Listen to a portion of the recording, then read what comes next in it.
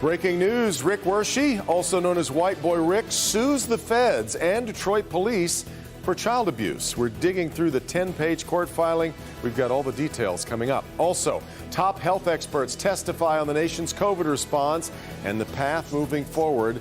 Startling statistic they're sharing about the highly contagious Delta variant just ahead. Paula. I'll show you why seniors are feeling the funk. Oh, there's no limit. There's no limit. Women will go up in space. They'll walk on the moon. After the space flight of 82-year-old Wally Funk.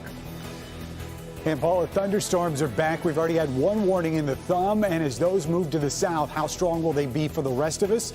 We're tracking them right now. First at 4. Local 4 News starts now with a breaking news alert. That breaking news coming to us from Washington, D.C., where both an aide to House Speaker Nancy Pelosi and a White House staffer have tested positive for COVID-19. Officials say those individuals are fully vaccinated and neither had direct contact with President Biden or Speaker Pelosi since the exposure. The White House says they are prepared for what are called breakthrough cases. We'll stay on top of that. Also breaking at this hour, Rick Wershey, known to many as White Boy Rick, suing FBI agents, Detroit police, and a former U.S. attorney for alleged child abuse. Wershey alleges he was a victim when he worked undercover for police at just 14 years of age. He wants $100 million. There's a lot to untangle here. Let's turn it over to Kimberly, who's following it in the newsroom. Kim. Yeah, hi, Devin. You may recall Wershey was released from prison a year ago after spending more than 3 decades behind bars. He was sentenced to life on a drug conviction at just 17 years of age, and that was back in 1988. So Wershey was later sent to Florida after Michigan released him early. He was sent there to serve a prison sentence in connection with a car theft ring he was accused of being a part of when he was being housed in a Florida prison in the federal witness protection program. So in this 10-page lawsuit, Wershey recounted his time as a teen informant who gave information to officials on Detroit's drug gangs. He talked about the decades he spent behind bars today.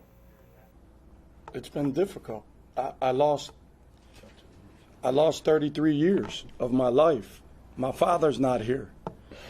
A lot of my family members aren't here. I didn't get to see my kids grow up. And I guess the best statement after being in a cage for almost 33 years is I saw the world evolve, but I didn't get to play any part in it. I saw my kids grow up, but I didn't get to play any part of it. It's almost like being dead, but you see the world evolve around you. The lawsuit alleges that the FBI and Detroit police put Wershey at risk because he became an informant at such a young age. It also alleges that his time as an informant led to him being shot back in November of 1984. A spokesperson for the Detroit office of the FBI declined to comment. Detroit police are also not commenting. We're waiting to hear back from the city of Detroit, so stay tuned. We'll have much more on this story coming up on the news at 5. Devin, we'll send it back to you. All right, KG, we'll see you then. Sure. Also breaking right now, Detroit City Council just approved a reparations initiative for the November ballot. That means the council will form a committee to consider reparations for residents. They say the committee will make recommendations for housing and economic development programs that address discrimination in the Black community in Detroit. All right, is there any additional comments or concerns? All right, hearing none, Member Ayers moved the resolution. Are there any objections? Hearing none, the resolution is approved. The proposal will be reviewed by the Election Commission before it appears on the ballot in November. Larry Spruill will have more on this decision coming up on Local 4 News at 5. All right, let's get our first look at the forecast and check in with Ben. Hey, Ben.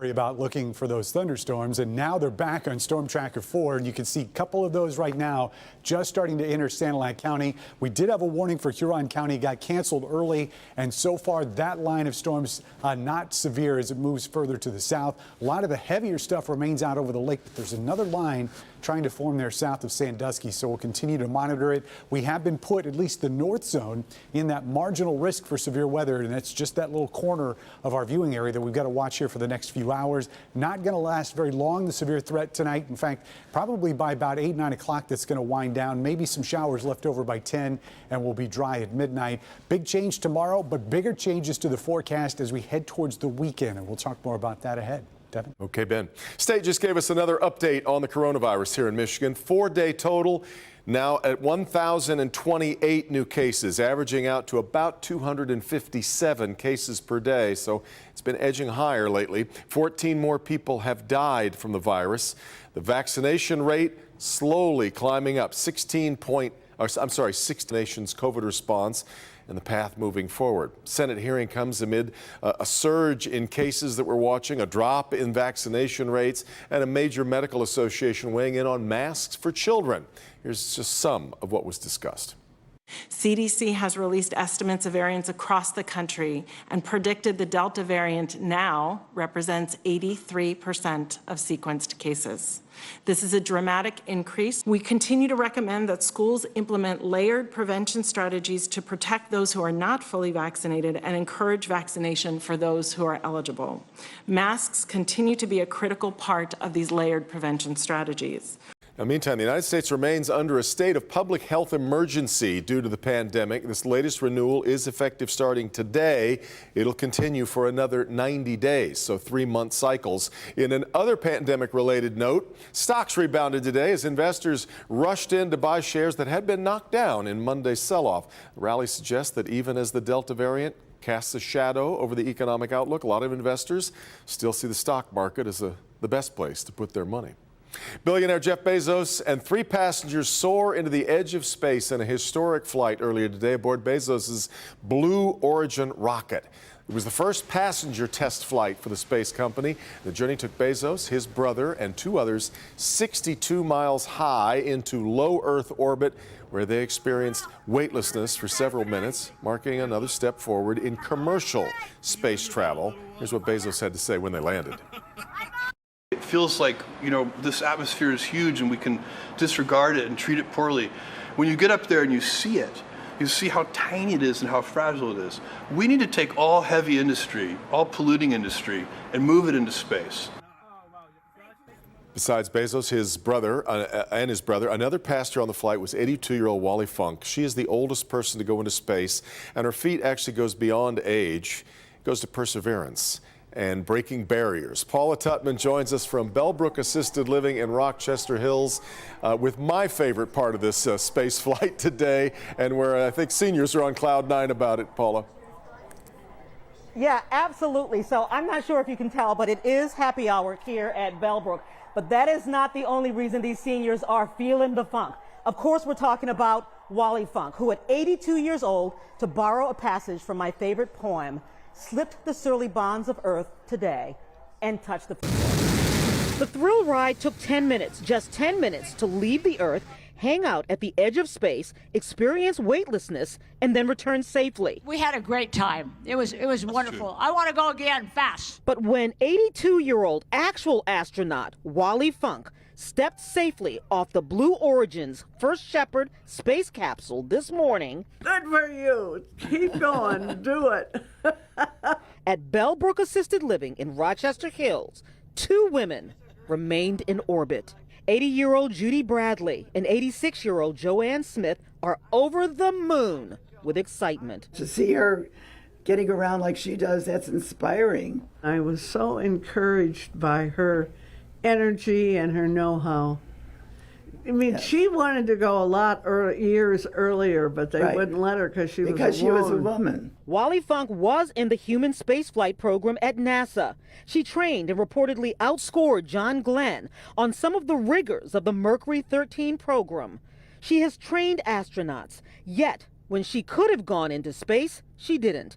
Not because she wasn't qualified, but because she was a woman, something that still feels like a slap to Miss Joanne, who faced her own struggles to pastor her own church because she was a woman. Well, I'll tell you the truth. There was a family, a couple, and he would not come to the church because it was a woman pastor. Women didn't have a lot of choices back then.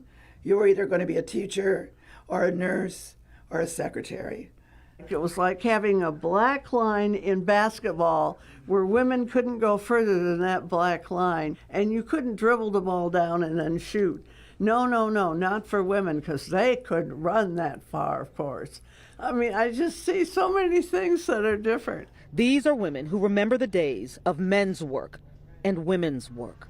you felt awe for this woman who persevered and persevered and persevered, kept herself in good condition and alert, and was training on her own if she had to.